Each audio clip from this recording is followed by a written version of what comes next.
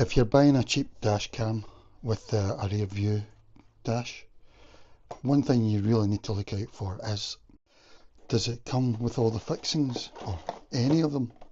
I mean, this one, I've got that, but that's it. So for the rear view camera, I don't have the fixing mount. This is what the fixing mount will usually look like. And I've not even got screws with this one, but I bought this separately, so it cost about £1.50 or something. So if you're getting a cheap dash cam off of TEMU or whatever, you want look for this, and if it's not got it, you're going to have to buy it separately. And that's how I fit my rear view dash cam.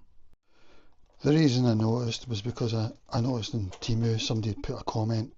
They've not showed me how to fit the rear view mirror, a rear view camera, and that's because you can't if you've not got something like this, you know, because it'll go on something like that, and I'll need to buy a screw and bolt for it as well.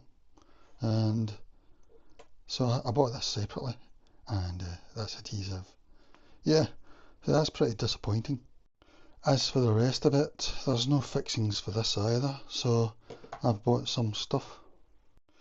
I've bought these adhesive things where you can put a wire in there, you know, so I'll just sort of do something like that.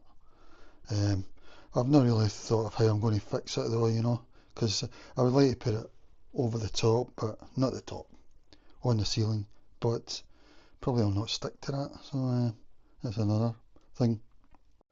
These are from TEMU as well. I can't remember, maybe £2 for 20 or something. The suction thing for the front camera, that came with it, so I prefer these rather than adhesive, but yeah. But for the back camera, you'll need probably to buy this separately, or look out for it if you can see in the photo, something like that. Alright guys, yeah, you can move it about.